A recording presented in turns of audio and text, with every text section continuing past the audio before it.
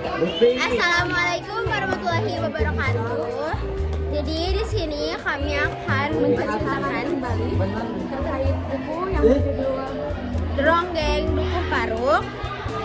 Jadi di sini saya akan membacakan bagian buku pertama dan saya akan membacakan bagian buku ketiga. Dan yang kedua akan dibacakan oleh Atia. Dongeng Dukuh Paruk karya Ahmad Tohari mengisahkan perjalanan hidup Serintil, seorang gadis desa yang ditakdirkan menjadi ronggeng serta Rasus sebagai sahabat kecilnya yang kemudian memilih jalan berbeda dalam hidup. Kisah dimulai di Dukuh Paruk, sebuah desa terpencil yang terkenal dengan tradisi ronggengnya. Serintil, seorang gadis yatim piatu, dianggap memiliki kesaktian untuk menjadi ronggeng baru setelah menunjukkan bakat menarinya sejak kecil. Masyarakat desa sangat antusias karena percaya bahwa ronggeng adalah bagian dari roh leluhur mereka. Namun, Rasus yang sejak kecil dekat dengan Serintil merasa cemburu dan bingung karena ronggeng bukan hanya penari, tetapi juga harus melayani tamu-tamu lelaki. Ketika Serintil akhirnya resmi menjadi ronggeng, ia mulai menikmati perannya dan menjadi semakin terkenal. Namun Rasus tidak bisa menerima kenyataan bahwa gadis yang ia cintai menjadi milik banyak orang. Perasaan kecewa dan tidak cocok dengan kehidupan di Dukuh Paruk membuat Rasus pergi meninggalkan desa dan bergabung dengan militer. Sementara itu, perubahan politik mulai memasuki desa. Kelompok berafiliasi dengan Partai Komunis Indonesia atau PKI memengaruhi kehidupan di Dukuh Paruk. Serintil yang tidak sepenuhnya mengerti tentang politik terlibat dalam kelompok ini bersama rombongan ronggengnya. Ketika terjadi pembersihan terhadap mereka yang dianggap berafiliasi dengan PKI, Dukuh Paruk terkena dampaknya Serintil ditangkap dan dipenjara. Setelah bebas, Serintil kembali ke Dukuh Paruk, tetapi hidupnya tidak sama lagi. Ia kembali Tetapi hidupnya tidak sama lagi. Ia kehilangan statusnya sebagai ronggeng dan mengalami keterpurukan. Rasus yang sudah menjadi tentara kembali ke Dukuh Paruk dan bertemu dengan Serintil. Namun jarak di antara mereka sudah terlalu besar. Serintil menolak ajakan Rasus untuk meninggalkan desa dan mulai hidup baru, memilih tetap tinggal di Dukuh Paruk dan dengan segala luka yang kenangan dan memilih tetap tinggal di Dukuh Paruk dengan segala luka dan kenangan yang ia miliki. Ketika Dukuh Paruk menjadi karang, abang lemah saya akan membacakan bagian ketiga bukunya. Setelah kejadian kebakaran, hampir segala harta benda tadi dan gaplak musnah terbakar, bahkan juga kambing dan ayam. Hari-hari pertama setelah kebakaran, tak ada seorang pun dari luar Dukuh Paruk yang memberi bantuan.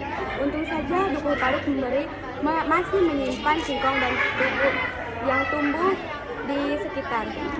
Sakaria pulang, ternyata ia hanya ditahan selama 2 minggu, tetapi Serintil belum kembali. Setelah itu, Dukuh Paruk bergotong royong untuk membuat gubuk-gubuk kecil baru selama 2 bulan. Rasus sudah tidak pulang selama 4 tahun. Ia merasa bahwa ia adalah cucu yang durhaka karena meninggalkan neneknya sendiri. Dia hanya bisa berkabar lewat telegram. Suatu hari dia mendapat kabar bahwa neneknya sedang kritis. Rasus pun pulang, tapi saat pulang ke Dukuh Paruk, tidak lama kemudian nenek Rasus meninggal dunia. Warga Dukuh Paruk terpukul dengan kematian nenek Rasus, lalu memakamkan nenek Rasus bersama. Setelah pemakaman, Sakaria meminta tolong kepada Rasus. Ia menginginkan cucunya Serintil untuk cepat kembali meskipun tidak mungkin. Rasus akan berusaha mencari kabar Serintil. Lalu Sakaria juga memberitahu rahasia, yaitu perhiasan Serintil yang berhasil ia selamatkan. Karena Rasus merasa tidak berhak untuk menyimpannya, perhiasan itu akan ditanam di makam Eyang Menggala. Tidak lama setelah itu, Rasus kembali meninggalkan Dukuh Paruk. Musim hujan tiba, lalu kemarau juga menggantikannya. Serintil tiba-tiba ada kembali pulang ke Dukuh Paruk dengan keadaan lemas tak berdaya. Pada hari-hari pertama kepulangannya Serintil, dia hanya bisa diam dan tidak keluar rumah. Ia terlihat sangat amat lelah. Namun di hari kedua, ia mulai keluar rumah ke Tampi untuk menemui Goder. Tetapi Goder tidak mengenali Sirintil karena sudah lama tidak bertemu. Dia merasa asing pada Sirintil, bahkan takut. Goder ingin membeli odol-ondol. Sirintil menawarkan diri untuk membelikannya. Lalu Goder pun mendekat dalam pedukannya dan mau mendekati Sirintil kembali. Dukuh Paruk pada tahun 1969 adalah Dukuh Paruk yang tetap miskin dan bodoh. Tidak lama kemudian, Dukuh Paruk kembali bersedih karena Sakaria meninggal dunia. Dan Sirintil kehilangan payung satu-satunya tempat bernaung. Tetapi Goder hadir dalam hidup Sirintil.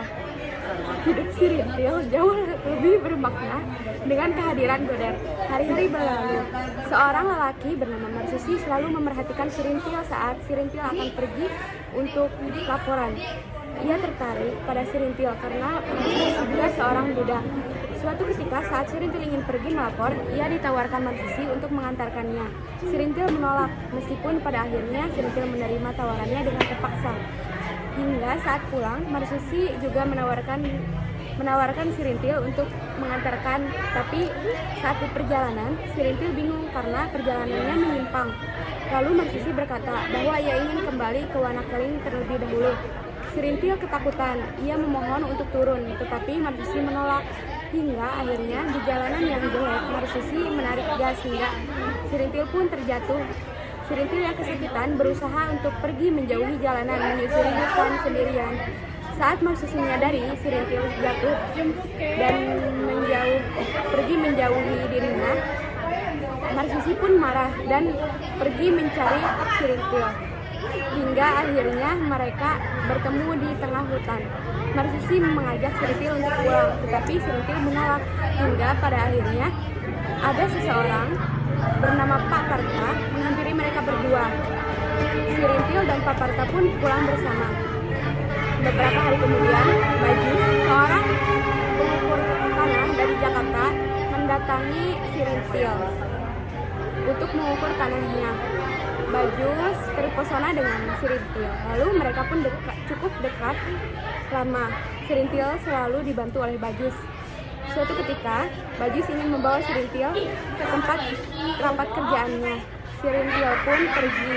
Lalu saat ditilang, ternyata Bajus berniat untuk memberikan Sirintil kepada atasan kerjanya, Pak Bengur, demi mendapat uang, karena merasa Sirintil berhutang budi padanya.